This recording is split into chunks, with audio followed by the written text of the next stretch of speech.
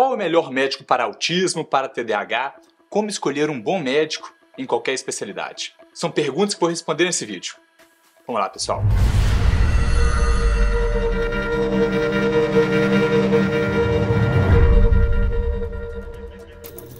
Oi pessoal, eu sou o Dr. Matheus. Nesse vídeo vou ajudar vocês a saber como escolher o melhor médico, isso de qualquer especialidade, ou até qualquer especialidade mais adequada para problemas diferentes. Vou falar que eu até já tinha ideia da resposta dessa pergunta, mas eu consolidei mesmo isso quando eu fui para Chicago, em que fiz meu treinamento em medicina de família lá, e eu fiz com um médico um médico de família lá de Chicago, que tinha um grande número de pacientes com HIV. É um médico mais velho, tem quase uns 70 anos, e ele conta que ele trabalha com pacientes com HIV desde que surgiu o vírus, no início da década de 80. E aí, sempre atendeu desde o princípio, acompanhou toda a evolução da medicina para o tratamento desses pacientes e continua acompanhando. E ele falou que em alguns momentos ele até já pensou se ele queria ficar só com isso, ter uma rotina de praticamente um infectologista, que é quem atualmente mais trata casos de HIV, pacientes com HIV. E ele pensou, na verdade eu não quero isso, eu quero continuar minha prática com medicina de família, porque é o que eu gosto, eu realmente gosto da diversificação.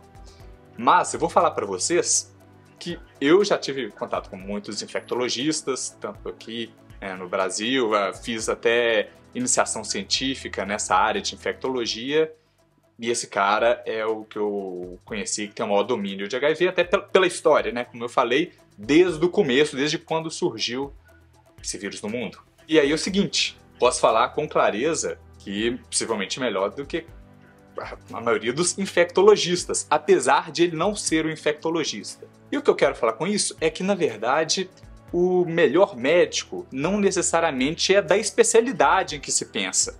Muitas vezes mas não necessariamente. Posso falar que não existe a melhor especialidade, mas pode existir sim o melhor médico. E eu já tinha essa noção até de quando eu praticava artes marciais. Eu pratiquei Kung Fu por alguns anos e meu mestre falava que não existe a melhor arte marcial, existe o melhor lutador. Então aquele que for muito bom em sua arte marcial, principalmente se dominar estilos diferentes de luta, no caso, esse sim vai ser o melhor lutador. E aqui posso falar para vocês que é exatamente a mesma coisa. Nessas perguntas de, por exemplo, para autismo, TDAH, qual que é o melhor médico? Muita gente procura um neurologista ou um psiquiatra, mas eu não falo que tem um melhor especialista para isso. Pode ser um, pode ser outro, depende muito mais do médico. Depende da competência, do tanto que ele estudou, do que ele já foi exposto, onde ele já trabalhou com isso, onde foi o treinamento dele. Então depende muito mais disso. E de outras coisas também. Por exemplo, até da dedicação dele para os pacientes, da disponibilidade de tempo, de manter contato eventualmente, responder perguntas à distância, até da simpatia. Isso é algo importante também. Então, depende disso. Então, não necessariamente vai ser o psiquiatra ou o neuro, talvez até pode ser um pediatra ou até um médico de família também, Então, depende mais do médico, não da especialidade em si. Outra coisa importante também, pessoal, é como reconhecer um bom médico. É o seguinte, às vezes a gente pensa em querer avaliar um bom médico pelos resultados, saber quem são aqueles pacientes que tiveram um ótimo resultado com esse médico.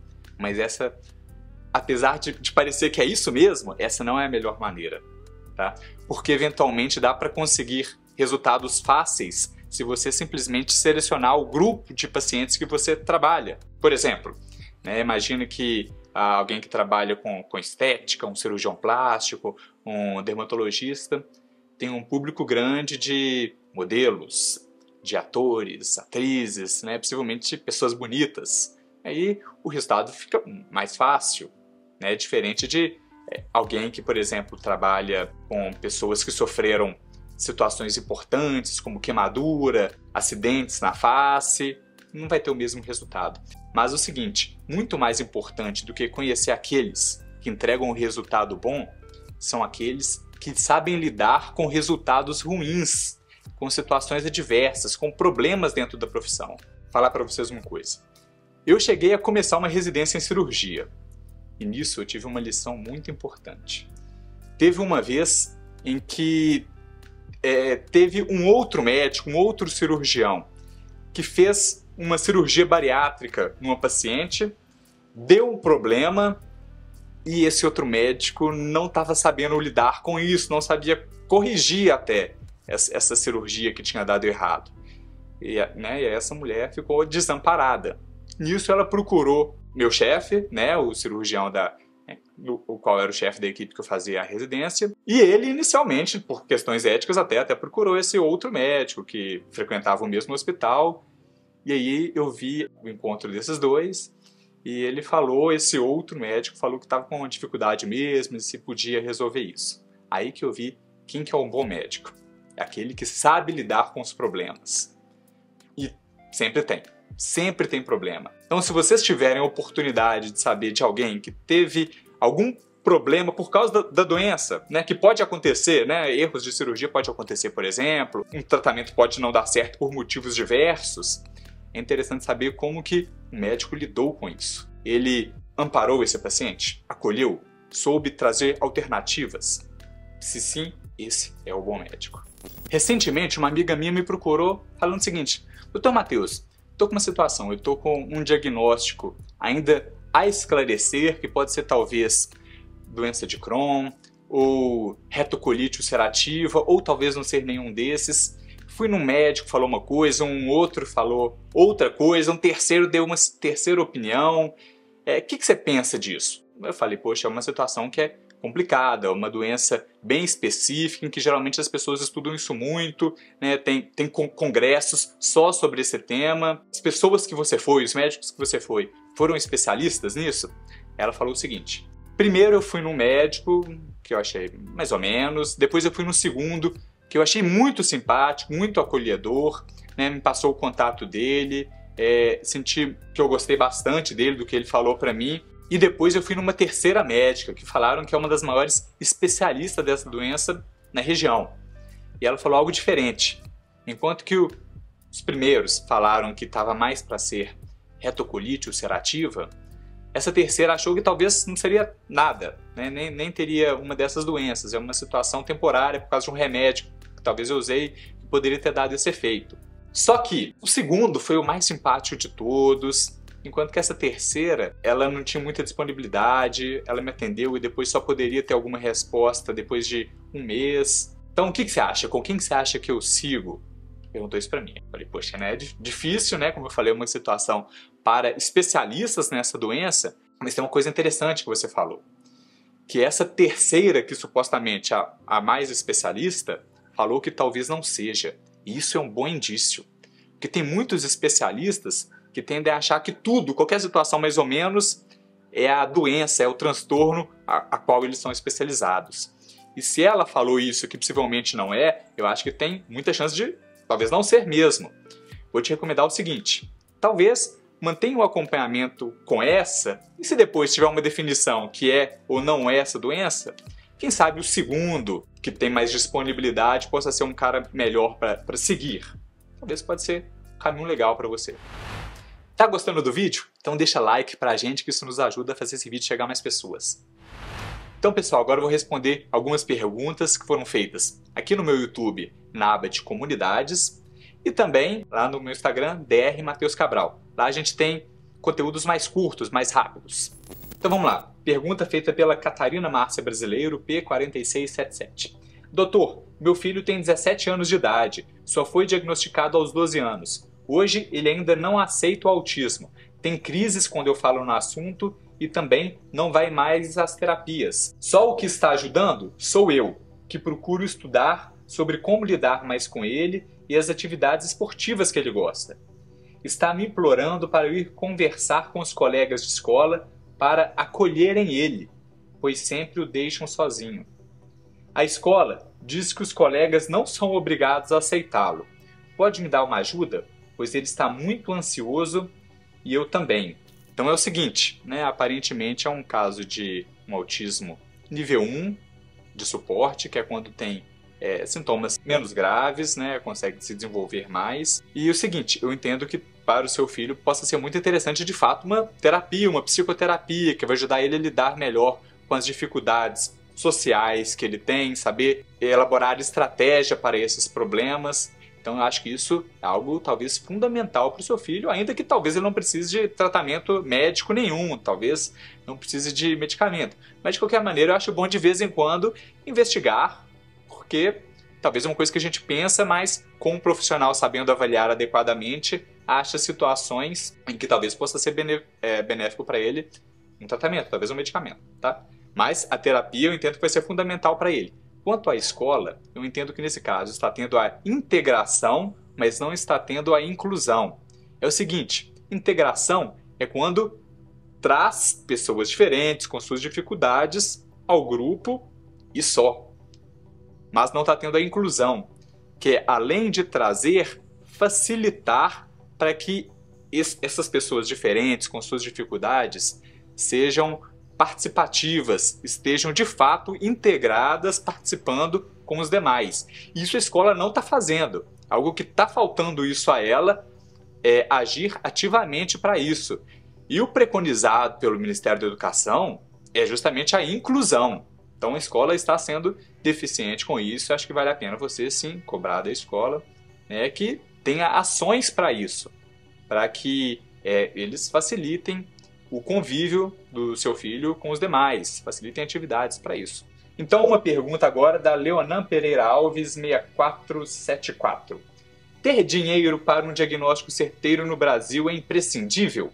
Então, pessoal, é o seguinte, não necessariamente. Então existem profissionais bons no SUS, também particular, e vai ter ruins também em qualquer desses lugares. Vai ter ruins particulares, em convênio. Às vezes gente que até cobra caro pode ser ruim, pode não conseguir, enquanto que às vezes um que seria no SUS pode ser melhor. Então não necessariamente. Mas a verdade, tem algumas situações. Eu acho que se você tem acesso a um profissional que não tem tempo para conseguir fazer a consulta, investigar corretamente a sua situação, dificilmente vai ter um diagnóstico apropriado, principalmente para situações mais complexas. E, infelizmente, tem muito lugar que faz consultas de 15 minutos ou até menos. Eu entendo que nessas situações não se consegue fazer um diagnóstico, apenas estereótipos.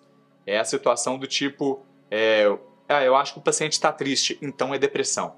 Eu acho que ele está preocupado demais, então é ansiedade. Enfim, isso daí não é correto. Posso falar que, com certeza, em psiquiatria não é apropriado consulta de 15 minutos e, possivelmente, se alguém faz assim, realmente não vai conseguir.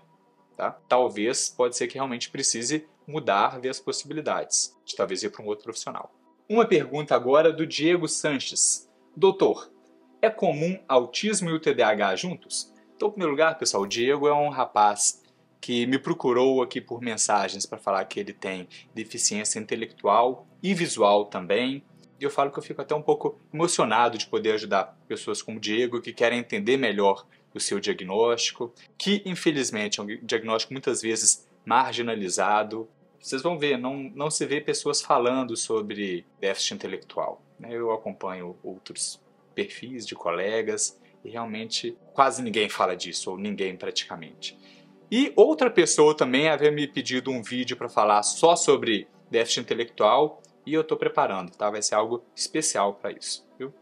Então, olha só, Diego, sobre autismo e TDAH, sim, é muito comum ter ambos para quem tem autismo, tá? Então, se alguém tem autismo, a chance de ter TDAH é bem maior, tá? Muito comum ter as duas coisas.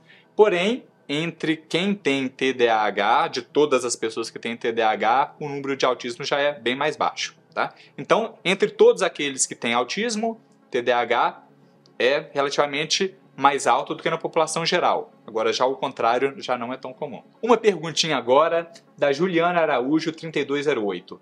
Meu filho não faz acompanhamento com neuro, somente com psiquiatra. É preciso agendar neuro? Ele tem TEA, transtorno do espectro autista. Então é o seguinte, Juliana, eu entendo que não precisa ter neuro e psiquiatra também. Para autismo, poderia ser só um ou outro. Isso é a minha opinião.